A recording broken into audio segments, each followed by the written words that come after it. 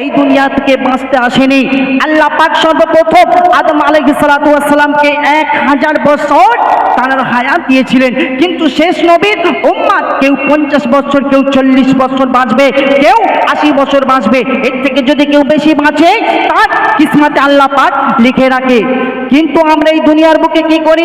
অর্থের পিছনে ছুটি, আমরা নিজের আমলটা ঠিক মতো করতে পারি না। মরণ সম্পর্কে গজল আপনাদের সম্মুখে পরিবেশন করব কবি ছন্দের ভাষায়। কে একটু শুরু। সাধের দুনিয়া ছেড়ে যেতে হবে, আধার কবর তোমার সাথী হবে। সাধের দুনিয়া ছেড়ে যেতে হবে, আধার কবর তোমার সাথী হবে। সাধের দুনিয়া ছেড়ে যেতে হবে, আধার কবর তোমার সাথী হবে। সাথে কেউ যাবে না, যাবে আমল নামা। সাথে কেউ যাবে না, যাবে আমল নামা। আর সাদা কাফন সাথে যাবে। সাধের দুনিয়া ছেড়ে যেতে হবে, আধার কবর তোমার সাথী হবে। সাধের দুনিয়া ছেড়ে যেতে হবে, আধার কবর তোমার সাথী হবে। সাথে কেউ যাবে না, যাবে আমল নামা। সাথে কেউ যাবে না, যাবে আমল নামা। আর সাদা কাফন সাথে যাবে। সাধের দুনিয়া ছেড়ে যেতে হবে, আধার কবর তোমার সাথী হবে। আমাদের বাড়িতে যখন একটা মাইয়া মৌতের সঙ্গে কাটতে থাকে, আত্মীয় স্বজন পাড়া প্রতিবেশী বন্ধু বান্ধব সবাই মিলে ছুটতে ছুটতে আসে আর মাইয়াতের কাছে গিয়ে মাইয়াকে সান্ত্বনা দিতে থাকে। কিন্তু সেদিন মাইয়াতের সঙ্গে কি হয়? কবি একটু শুনো। যত বন্ধু স্বজন শুধু দেখবে তখন, যত বন্ধু স্বজন শুধু দেখবে তখন, যখন আসবে মরণ বন্ধ হবে নয়ন। যত বন্ধু স্বজন শুধু দেখবে তখন, যত বন্ধু স্বজন শুধু দেখবে তখন, যখন আসবে মরণ বন্ধ হবে নয়ন। আসবে আপন দাদা শুধু কাঁদবে দাদা, আসবে আপন দাদা শুধু কাঁদবে দাদা। কত করবে আফসোস তোমায় দেখে দাদা। সাথে কেউ যাবে না, যাবে আমল নামা।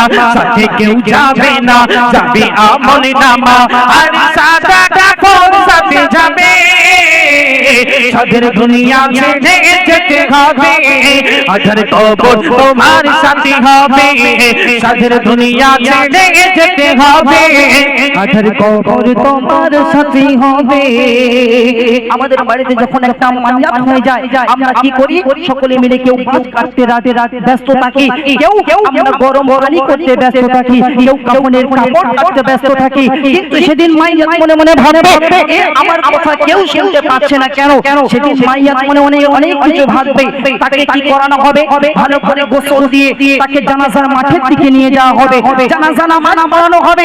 আর সবাই মিলে মাইয়ার পিছে পিছে পিছে পিছে যাবে আর মাইয়া মনে মনে ভাববে এতগুলো মানুষ আমার সঙ্গে যাবে, আমি খুব খুশি। কিন্তু যখন কবরস্থানের মধ্যে গিয়ে যখন মাইয়াকে শোয়ানোর জন্য লাগাবে, দুইজন ব্যক্তি যখন মাইয়াকে শোয়ানোর জন্য লাগাবে আর প্রত্যেকটা মানুষ আমার সাইড থেকে চলে যাবে, মাইয়া মনে মনে ভাববে এতগুলো মানুষ আমার সঙ্গে যাবে না, শেষমেশ এই দুজন আমার সঙ্গে যাবে। কিন্তু সেদিন কি হবে আমার সঙ্গে? কবি শুরু। তোমায় গোসল দেবে, সাদা কাপড় পরাবে। তোমায় গোসল দেবে, সাদা কাপড় পরাবে। জানাজা নামাজ হবে, তোমায় নিয়ে যাবে।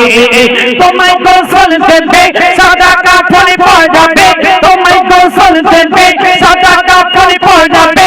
জানাজা নামাজ হবে, তোমায় নিয়ে যাবে। দুজন নামবে গোডে, তোমায় রাখার তরে। দুজন নামবে গোডে, তোমায় রাখার তরে। তুমি করবে মনে এরা সাথে যাবে, কিন্তু সাথে কেউ যাবে না, যাবে আমল নামা। সাথে কেউ যাবে না, যাবে আমল নামা। আর সাদা কাফন সাথে যাবে। সাধের দুনিয়া ছেড়ে যেতে হবে, আধার কবর তোমার সাথী হবে। সাধের দুনিয়া ছেড়ে যেতে হবে, আধার কবর তোমার সাথী হবে। শুনে যখন আমরা সবাই মিলে ভালো করে দাফন ছেড়ে আমরা বাড়ি চলে আসবো, কেউ খাবো গোস্ত ভাত, কেউ খাবো ডাল দিয়ে, আর আমরা কি করবো সেদিন কেউ হাসাহাসি করবো, কিন্তু মাইয়াতের সঙ্গে কি ঘটনা ঘটবে কেউ জানে না, আল্লাহ পাক জানে আর মাইয়াত জানে। যখন কবরের মধ্যে দুটো ফারিস্তা লাফবে আর তোমাকে ডেকে তুলবে, এই দুনিয়ার মধ্যে তুমি অনেক দিন যাপন করেছো, আজকে তোমার প্রশ্নের উত্তর দিতে হবে। কি প্রশ্নের উত্তর? সেদিন হবে তিনটি প্রশ্ন, মান রাব্বুকা মান দীনুকা আর মান নাবিয়ুকা। এই দুনিয়ার বুকে বাংলা ভাষায় কথা হবে না, সেদিন হবে আরবি ভাষায়। এই দুনিয়ার বুকে আমরা ভাবি যে মান রাব্বুকা আমার রব আল্লাহ, মান দীনুকা আমার দিন ইসলাম, মান নাবিয়ুকা আমার নবী মুহাম্মদ সাল্লাল্লাহু আলাইহি ওয়াসাল্লাম।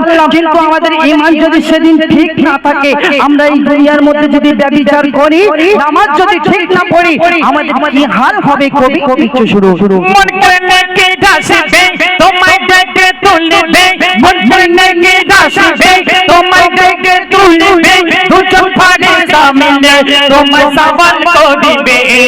মন করে নেকি ডাসবে তোমায় ডেকে তুলবে, মন করে নেকি ডাসবে তোমায় ডেকে তুলবে, দুজন ফারিস্তা মিলে তোমায় সওয়াল করিবে।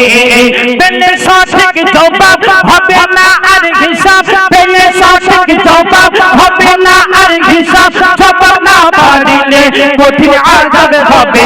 সাথে কেউ যাবে না, যাবে আমলনামা, সাথে কেউ যাবে না, যাবে আমলনামা, আর সাদা কাফন সাথে যাবে। সাদের দুনিয়া ছেড়ে যেতে হবে, আধার কবর তোমার সাথী হবে। সাদের দুনিয়া ছেড়ে যেতে হবে, আধার কবর তোমার সাথী হবে। শেষ কথায় কবি লিখছে, এই দুনিয়ার বুকে আমরা যে যাই করি না কেন, নিজের আমলটা ঠিক করে নিয়ে কবরের মধ্যে যাব, কেননা কবর হচ্ছে আমাদের প্রথম মঞ্জিল। এই কবরে যদি আমরা পাস করতে পারি, কাল কিয়ামতের ময়দানে আমরা পাস করে যাব। স্বয়ং আল্লাহ রাসূল আমাদের জন্য শাফায়াতের কান্ডারি নিয়ে তিনি দাঁড়িয়ে থাকবে। আমরা এই দুনিয়ার বুকে আল্লাহ রাসূলের কথা মতো যদি না চলতে পারি, আমাদের কি হাল হবে? কবি শেষ কথাই লিখছে, মরণ আসার আগে সামান বানাতে হবে, মরণ আসার আগে সামান বানাতে হবে, মরে যাওয়ার পরে আমল বন্ধ হবে। মরণ আসার আগে সামান বানাতে হবে, মরণ আসার আগে সামান বানাতে হবে, মরে যাওয়ার পরে আমল বন্ধ হবে। তাই কবি রহমাতুল্লাহ বলে ও গো আল্লাহ, কবি রহমাতুল্লাহ বলে ও গো আল্লাহ, যেন মরতে পারি নেকে আমল করে। সাথে কেউ যাবে না, যাবে আমলনামা, সাথে কেউ যাবে না, যাবে আমলনামা, আর সাদা কাফন সাথে যাবে। সাদের দুনিয়া ছেড়ে যেতে হবে, আধার কবর তোমার সাথী হবে। সাদের দুনিয়া ছেড়ে যেতে হবে, আধার কবর তোমার সাথী হবে। সাথে কেউ যাবে না, যাবে আমলনামা, সাথে কেউ যাবে না, যাবে আমলনামা, আর সাদা কাফন সাথে যাবে। সাদের দুনিয়া ছেড়ে যেতে হবে, আধার কবর তোমার সাথী হবে। সাদের দুনিয়া ছেড়ে যেতে হবে,